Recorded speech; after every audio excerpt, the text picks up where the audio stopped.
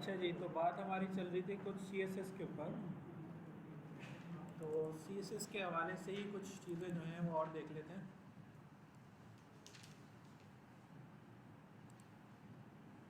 तो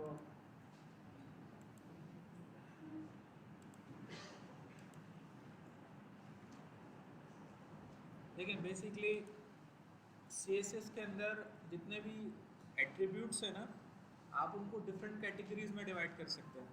मिसाल के तौर पर उनके सिलेक्टर्स हैं, फिर कुछ उसके मॉडल होते हैं, बॉक्स मॉडल हैं, बैकग्राउंड एंड बॉर्डर से रिलेटेड चीज़ें हैं, टेक्स्ट इफेक्ट हैं, 2D 3D ट्रांसफॉर्मेशंस हैं, एनिमेशंस हैं, लेआउट वगैरह के लिए, आप यूज़र इंटरफेस के लिए। फिर एक लाइब्रेरी भी है बूटस्ट्रैप की, वो भी हम आगे जाके यूज़ करेंगे।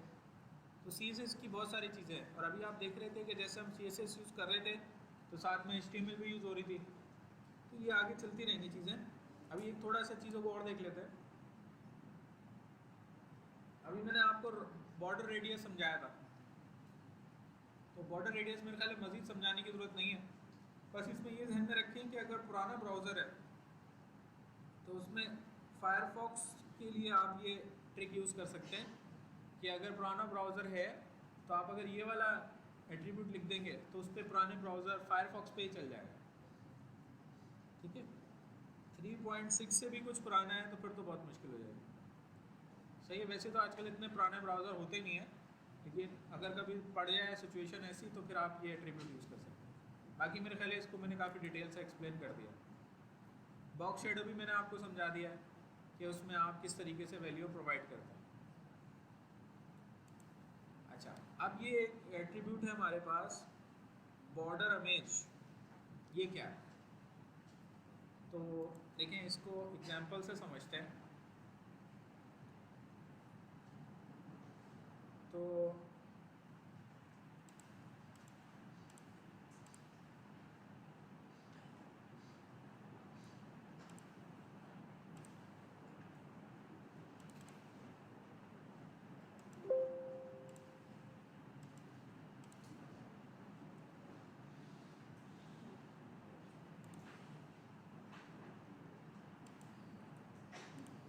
बॉर्डर इमेज जो है, ये एट्रीब्यूट जो है ना, अभी कुछ ब्राउज़र सपोर्ट कर नहीं रहे। होता क्या है इसमें कि आपकी जो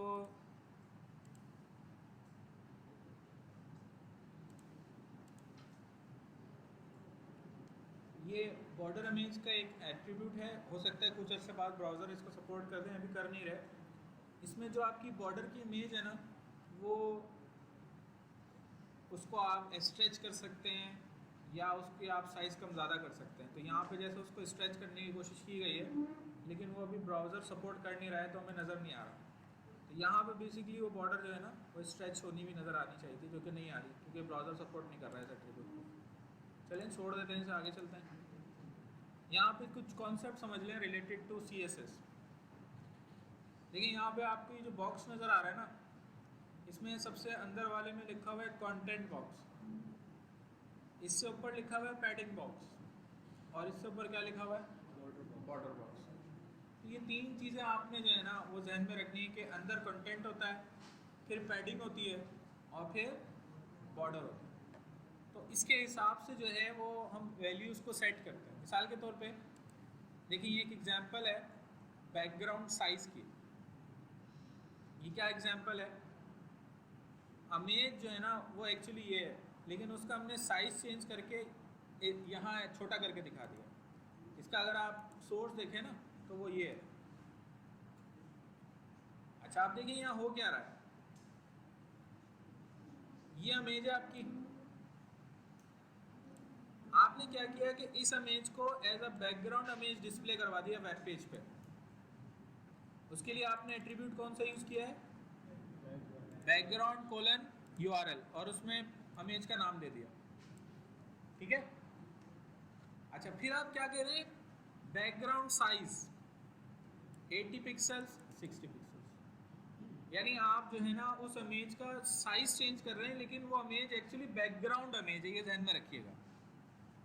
तो CSS 3 से पहले ये पॉसिबल नहीं था कि आप इमेज का साइज तो चेंज करते थे, लेकिन वो इमेज जो फ्रंट पे नजर आ रही है, जो बैकग्राउंड पे इमेज है, उसका साइज चेंज करने का ये एट्रीब्यूट है बैकग्राउंड साइज। जिससे आप साइज चेंज करते हैं। जैसे यहाँ पे अगर मैं बैकग्राउंड साइज चेंज करूँ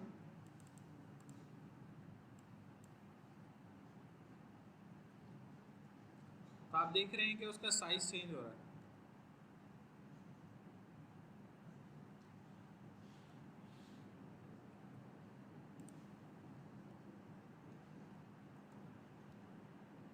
सही है।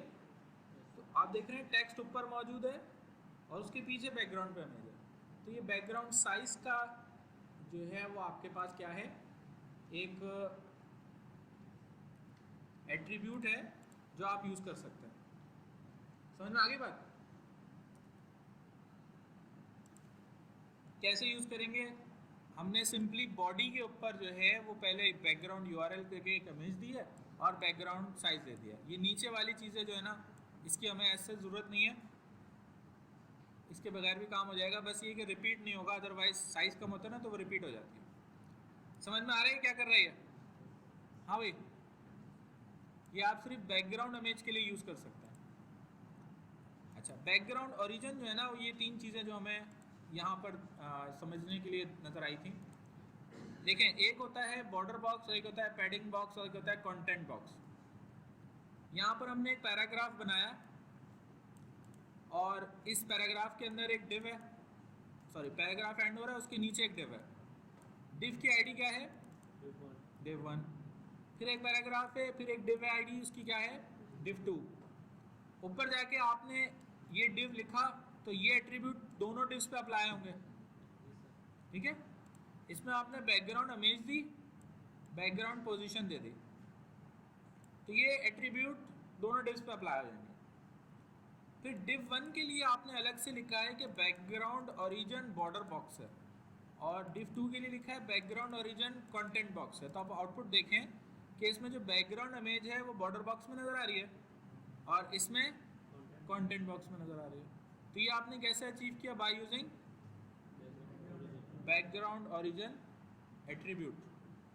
समझ में आ रही बात? भाई कुछ समझ में नहीं आया तो पूछ लेना, सही है ना? हाँ भाई। अच्छा, एक और एग्जांपल है, इसमें आपके ख्याल में यहाँ कितनी इमेजेस हैं? यहाँ 2 इमेजेस हैं। एक ये चश्मा पहने हुए हैं पीछे दरख्त पे, और एक ये फ्लावर वाली इमेज है। अच्छा, ये भी पहले पॉसिबल नहीं था कि आप बैकग्राउंड पे 2 इमेजेस दिखा दें। यहाँ पर बैकग्राउंड पे 2 इमेजेस हैं, बैकग्राउंड इमेज यूआरएल, एक फ्लावर वाली इमेज कॉमा एक ट्री वाली इमेज। तो ये दोनों इमेजेस कहाँ आ गए? बात समझ में आ रही है? हाँ भाई। अच्छा, अब ये थोड़ी सी जो है ना वो कोर प्रोग्रामिंग शुरू हो गई है, टेंशन मत लीजिएगा। अच्छा, और भी कुछ हैं हमारे पास CSS एट्रीब्यूट, जैसे कि टेक्स्ट शेडो, जैसे बॉक्स शेडो होता है इस तरह टेक्स्ट शेडो है। ये क्या है भाई? आपने लिखा text shadow 5 pixel 5 pixel 5 pixel और कलर डिफाइन कर दिया, तो उसका ये इफेक्ट है। किस पे है? H1 पे। आपने क्या करना है, ये 5 चेंज करके देखना है, इफेक्ट देखना है, ये वाला 5 चेंज करके इफेक्ट देखना है, ये वाला 5 चेंज करके इफेक्ट देखना है, कलर चेंज करके देख लें, समझ में आ जाएगा आपको।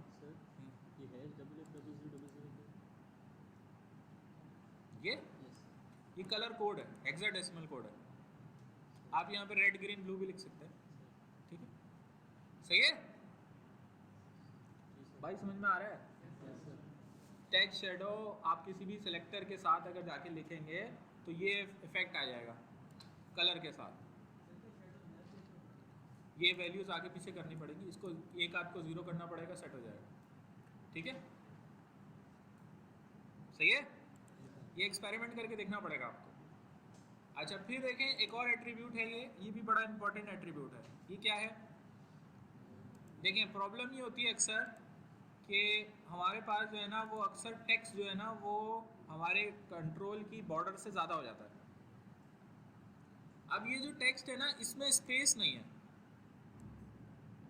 स्पेस नहीं है, तो इसको जब ये बॉर्डर से आगे निकल रहा है, तो क्या करें इसका? ये प्रॉब्लम अक्सर आती है रिपोर्ट्स के ऊपर, क्योंकि यूज़र कुछ भी इंटर करके रिपोर्ट जनरेट कर सकता है। तो उसके लिए फिर हम ये वाला एट्रीब्यूट यूज़ करते हैं वर्ड रैप के नाम से, ब्रेक वर्ड। तो ये एक ही वर्ड को भी ब्रेक कर देगा अगर वो बॉर्डर से टकरा जाए तो। मेरी बात समझ में आ रही है मैं क्या कह रहा हूँ? हाँ भाई, देखें एक्चुअली ये जो वर्ड है ना ये लंबा चौड़ा सा है और इसमें स्पेस भी नहीं दिया यूज़र ने, तो अब ये बाहर निकल रहा है। अच्छा यहाँ देखें स्पेसिस हैं तो ये प्रॉपर्ली हैं, तो आप फिर ये वाला एट्रीब्यूट अगर यूज़ करेंगे तो इससे ये फिर उसको ब्रेक भी कर देगा, बॉर्डर से बाहर नहीं निकलने देगा। तो ये अच्छा फॉन्ट भी आप यूज़ कर सकते हैं। फॉन्ट का क्या कॉन्सेप्ट है? देखें हर फॉन्ट की ना एक TTF फाइल होती है। वो TTF फाइल अगर आपके पास अवेलेबल है, जैसे आपने कोई नया फॉन्ट बना लिया, फॉन्ट तो समझते हैं ना, जैसे उर्दू के फॉन्ट होते हैं, अब इंग्लिश के फॉन्ट तो ज़्यादातर इंस्टॉल होते हैं ब्राउज़र के पास, उर्दू के अरबिक के फॉन्ट हैं वो आपने यूज़ करना है, तो उसके लिए आपको उसकी TTF फाइल चाहिए। वो आप सिंपली जो है ना वो यहाँ पे डिफाइन कर देंगे। देखिए यहाँ क्या हुआ है, ये डिव है, इसमें टेक्स्ट लिखा हुआ है। अब आपने क्या लिखा? आपने लिखा div font family equals to my first font, और माई फर्स्ट फॉर्म जो है फॉन्ट जो है उसके लिए आपने सोर्स डिफाइन कर दी कि ये वाली TTF फाइल मुझे चाहिए, ये इसी फोल्डर के अंदर मौजूद है। तो ये देखें इसका फॉन्ट चेंज हो गया। समझ में आ रही मेरी बात? कोई भी फॉन्ट आपको देना हो ना तो आपको उसकी TTF फाइल चाहिए, आप यहाँ पे सिंपल कोड लिख दें उसका, ये हो जाएगा। ठीक है, एग्जैक्टली बस ये TTF फाइल यहाँ रखते हैं। सही है। अच्छा अब थोड़ा सा 2D ट्रांसलेट के ऊपर आ जाते हैं CSS को यूज़ करते हुए। ये कुछ समझ लें फंक्शन से बने हुए CSS के अंदर। जैसे एक फंक्शन है ट्रांसलेट, और ट्रांसलेट का काम जो है ना वही है जो अभी थोड़ी देर पहले हम पोजीशन लेफ्ट राइट देख रहे थे ना, उसको थोड़ा सा इन्होंने और आसान कर दिया। कैसे? देखें ये एक डिव है, यही डिव आपको नीचे भी नज़र आ रही है। अच्छा अब आप ज़रा इसका सोर्स देखें, तो ये पहली डिव है जिसकी कोई आईडी नहीं है, ये दूसरी डिव है जिसकी आईडी क्या है? div 2। अच्छा ऊपर आके आपने ये एट्रीब्यूट लिखे, ये एट्रीब्यूट कौन कौन सी डिव पे अप्लाई होंगे? दोनों पे अप्लाई हो जाएंगे। क्या क्या एट्रीब्यूट है? विड्थ है, हाइट है, बैकग्राउंड कलर है और बॉर्डर है। फिर div 2 के अंदर आप क्या कह रहे हैं? ट्रांसफॉर्म ट्रांसलेट 50 पिक्सल्स 100 पिक्सल्स, बाकी नीचे को छोड़ दें, सिर्फ इस वाली लाइन को देखें। इसका मतलब ये है कि लेफ्ट से 50% और राइट से टॉप से 100 पिक्सल्स। ठीक है, यानी आप पोजीशन रिलेटिव करें, लेफ्ट 50 दें, टॉप 100 दें, इससे बेहतर है एक लाइन में लिख दें transform colon translate 50 pixels 100 pixels, वही काम हो जाएगा। लेकिन आप यहाँ देखें ये 50 पिक्सल्स इधर आया हुआ है और 100 पिक्सल्स नीचे आया हुआ है। सही है? समझ में आ रहा है? भाई नहीं समझ आ रहा तो मैं अलग से करके दिखा दूं, आ रहा है ना? ये था क्या? ट्रांसलेट। ट्रांसलेट, अच्छा ये ध्यान में रखिएगा ये 2D ट्रांसफॉर्मेशन है, 2D में सिर्फ x और y होता है। सही है? अच्छा रोटेट, ये रोटेट है। रोटेट क्या है भाई? देखें ये पहली डिव, ये दूसरी डिव, इसकी आईडी क्या है? div 2। आपने ये एट्रीब्यूट तो पहले दोनों डिव्स पे अप्लाई कर दिए। दूसरी डिव में आपने जाके क्या लिखा? आपने लिखा ट्रांसफॉर्म रोटेट 30 डिग्री। तो वो जो दूसरी वाली डिव है जो एक्चुअली यूं थी वो 30 डिग्री पे रोटेट हो गई।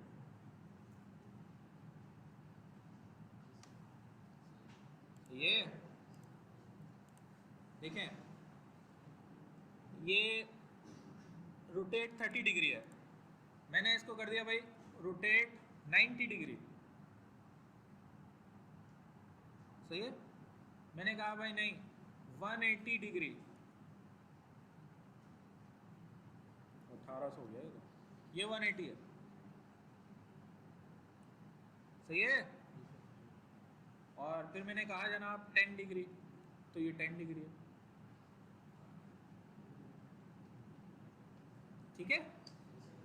सिंपल ये वाला एट्रीब्यूट यूज करना है, ट्रांसफॉर्म रोटेट 30 डिग्री, ये काम आपका हो जाएगा। अच्छा, एक हो गया ट्रांसफॉर्म ट्रांसलेट, एक हो गया ट्रांसफॉर्म रोटेट, एक होता है स्केल।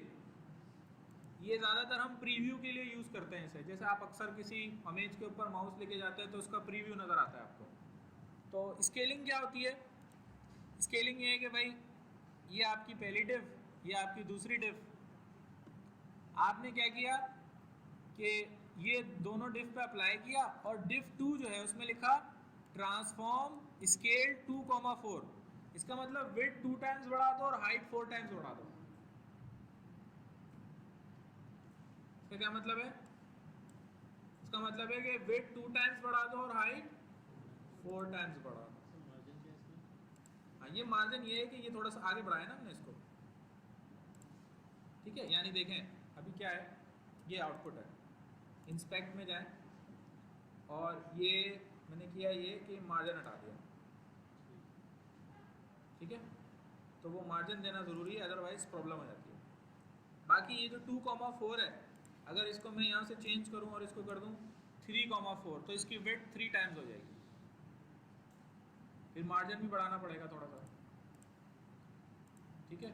और अगर मैं यहाँ 1 कर दूँ तो इसकी विड्थ 1 टाइम ही रहेगी, यानी जितनी थी उतनी ही रहेगी,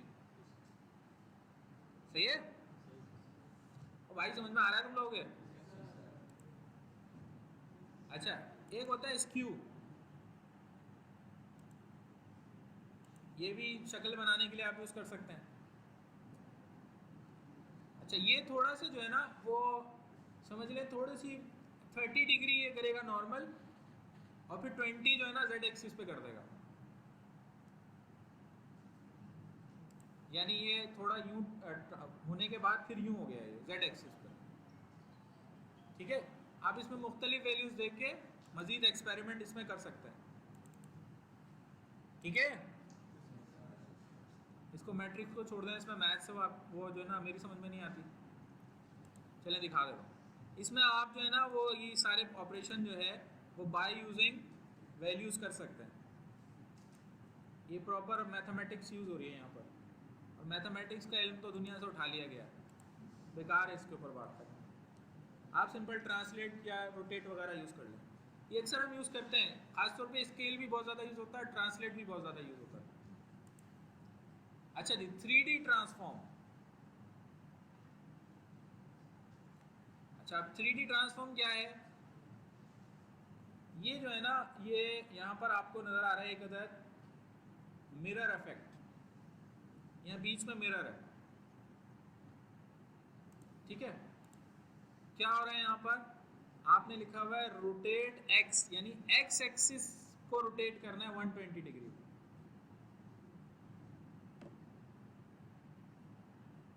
यानी आप अगर इसको इंस्पेक्ट करें तो यहाँ पे 120 डिग्री है, आप इसको कर दें 0 तो ये एग्जैक्टली वही है। अब करें 10, फिर करें 40, फिर करें 60, फिर करें 100, फिर करें 120। समझ में आ रहा है क्या हो रहा है? जैसे जैसे आप वैल्यू बढ़ाते चले जा रहे हैं ये एक्स एक्सिस के हिसाब से रोटेट हो रहा है। अच्छा, एक होता है रोटेट वाई। रोटेट वाई का मतलब है कि मिरर जो है ना वो अब वाई एक्सिस पे रखा हुआ है, आउटपुट बेशक नीचे नजर आ रहा है लेकिन मिरर कहाँ है? वाई एक्सिस पे। यानी देखें हेलो है तो ये हेलो यहाँ है, यानी इस डायरेक्शन में आप मिरर में दिखाकर मिरर से रीड कर रहे हैं अगर, तो ये आउटपुट आएगा, सही है। समझ में आ रहा है?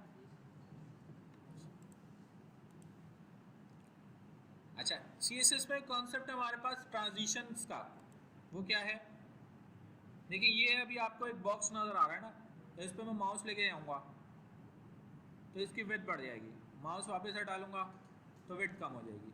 अच्छा, पहले जो मैंने आपको माउस के ऊपर दिखाया था ना, वो एक्चुअली बॉर्डर रेडियस कम ज़्यादा हो रहा था, लेकिन यहाँ बाकायदा विड्थ बढ़ रही है और कम हो रही है। ये कैसे हो रहा है? तो क्या हो रहा है यहाँ पर देखें, आप कह रहे हैं कि जब माउस आए तो विड्थ 300 कर देना, लेकिन वहाँ पे क्या हो रहा था, वहाँ पे फौरन हो रहा था। जो हमने बॉर्डर रेडियस 0 करा था, या हम इस तरह विड्थ बढ़ा भी देना तो एकदम से विड्थ 300 हो जाएगी। ओरिजिनल कितनी है? 100।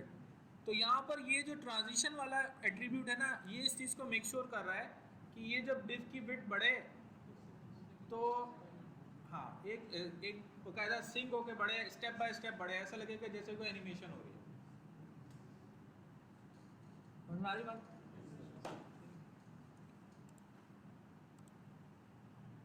अच्छा, आप देखें यहाँ पे मैं माउस लेके जाऊंगा इस पे, तो अब ये क्या हो रहा है, अब सिर्फ विड्थ नहीं बढ़ रही है बल्कि ये रोटेट भी हो रहा है। तो जब इस पे माउस आता है तो इसकी विड्थ भी बढ़ती है, हाइट भी बढ़ती है और रोटेट भी हो जाता है 180 डिग्री पे। और ये ऊपर हमने बता दिया कि ये काम 2-2 सेकंड में करना है।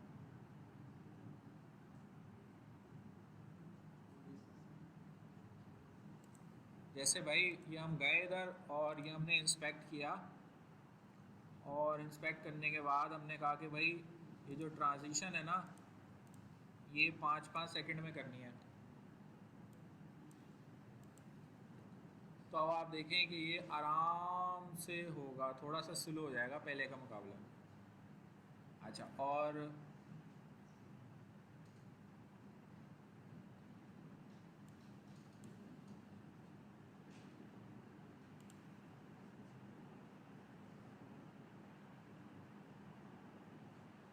ठीक है, तो आप सिंपली ये करें कि ये जो वैल्यूज़ है ना, इनको चेंज कर करके देखें और आउटपुट देखें, तो मज़ीद चीज़ें आपको जो हैं वो और क्लियर हो जाएंगी। CSS में आप डिफरेंट किस्म की एनिमेशंस भी कर सकते हैं, घबराने की ज़रूरत नहीं है। ये क्या हो रहा है? कलर चेंज हो रहा है सिंपल। तो अब ये कैसे हो रहा है? तो यहाँ पे फ्रेम्स बना रखे हैं हमने। देखें, ये आपका पैराग्राफ है, ठीक है, नीचे एक डिव है जो कि खाली है। आपने कहा कि इसकी विड्थ 100% है, हाइट 100 पिक्सल है और बैकग्राउंड रेड है, और इस पर एक एनिमेशन चल रही है जो 5 सेकंड तक चलेगी। एनिमेशन का नाम क्या है? अच्छा, माई फर्स्ट एनिमेशन जो है उसके अंदर जो फ्रेम्स हैं वो 2 हैं। ये रेड से स्टार्ट होता है और येलो पे जाता है, और ये काम होगा कितनी देर में?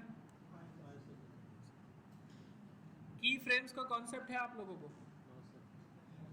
की फ्रेम्स का कॉन्सेप्ट ये है कि अगर मैं जो है वो एक बुक के खाली पेपर्स के अंदर वाइट पेजेस पे एक कार्टून को जो है वो हर पेज के ऊपर आगे पीछे करके दिखाऊं, और जब उसके पेज को एक साथ चलाऊंगा तो ऐसे लगेगा वो कार्टून मूव हो रहा है।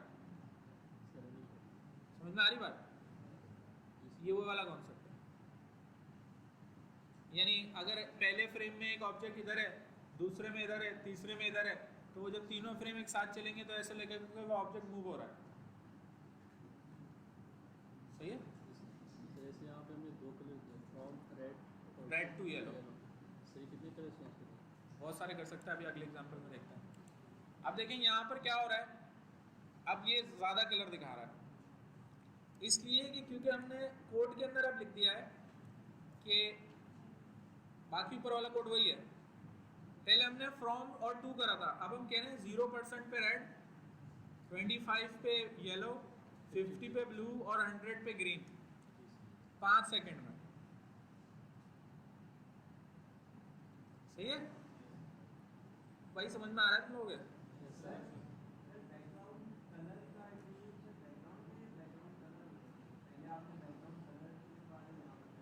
हाँ, ये बैकग्राउंड से भी चल जाएगा, बैकग्राउंड कलर से भी चल जाएगा, लेकिन बैकग्राउंड कलर जो है ना वो ज़्यादा बेहतर है। कुछ ब्राउज़र्स पे प्रॉब्लम करता है, कुछ पे नहीं करता। विजुअल स्टूडियो के अंदर जो CSS का वो है ना बिल्ट इन, उसको क्या कहते हैं, पता नहीं मुझे जहन से निकल गया, जो आपके पास छोटी सी विंडो खुल जाती है ना, तो वो उसमें बैकग्राउंड कलर है, इंटेलिसेंस में बैकग्राउंड कलर आ जाता है, तो ज़्यादातर वो यूज़ कर लेता हूँ मैं, बाकी दोनों यूज़ कर सकते हैं। अच्छा जी, अब ये देखिए यहाँ पे क्या हो रहा है, यहाँ पे ऑब्जेक्ट का कलर भी चेंज हो रहा है और वो अपनी पोजीशन भी चेंज कर रहा है, लेकिन ये पोजीशनिंग चेंज जो है ना वो इसमें कोई लॉजिक जो है ना वो थोड़ी हमें उसी हिसाब से करनी होगी जो कि हमें अवेलेबल है। मतलब देखिए हो क्या रहा है कि जब 0% है यानी जब स्टार्ट होते हैं तो लेफ्ट भी 0 और टॉप भी 0 है, यानी कि ऑब्जेक्ट जहाँ पर है वहीं पर है। अच्छा 25 हमने किया है कि लेफ्ट 200 कर दिया, जब लेफ्ट 200 होगा तो ऑब्जेक्ट इस तरफ जाएगा। मेरी बात समझ में आ रही है? अच्छा फिर लेफ्ट हमने 200 ही रहने देकर टॉप 200 कर दिया तो वो इधर आ जाएगा, सही है। फिर उसके बाद हमने टॉप 200 ही रहने दिया और लेफ्ट 0 कर दिया तो वो इधर आ जाएगा। फिर लेफ्ट और टॉप दोनों 0 कर दिया तो ऊपर आ जाएगा। मार्जिन ये वो जो पोजीशनिंग में हमने लेफ्ट और टॉप डिफाइन किया था ना, ये वो है। सही है, मेरी बात समझ में आ रही है? नहीं आ रही तो कोई टेंशन नहीं लेना, जरूरी थोड़ी है कि हर बात समझ में आए।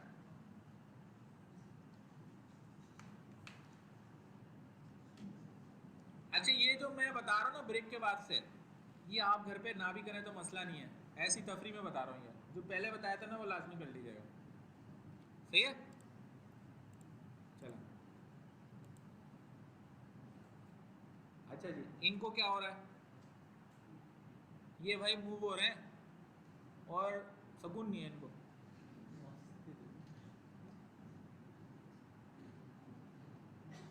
अब ये चलते रहेंगे। अच्छा अब इनके साथ क्या मसला है, इनके साथ बड़ा खतरनाक वाला मसला है। देखें ये सारी चीजें तो वही हैं, फर्क क्या है, फर्क ये है कि अब आपने जो है ना यहाँ एट्रीब्यूट को ज्यादा यूज किए हुए हैं। एनिमेशन तो आपकी माई फर्स्ट ही है, ड्यूरेशन भी 5 सेकेंड है, टाइमिंग फंक्शन लीनियर है, लेकिन यहाँ पे आपने लिखा हुआ है आइट्रेशन काउंट इनफाइनाइट और डायरेक्शन अल्टरनेट। अब ये चलता रहेगा अल्टरनेट डायरेक्शन में, सही है।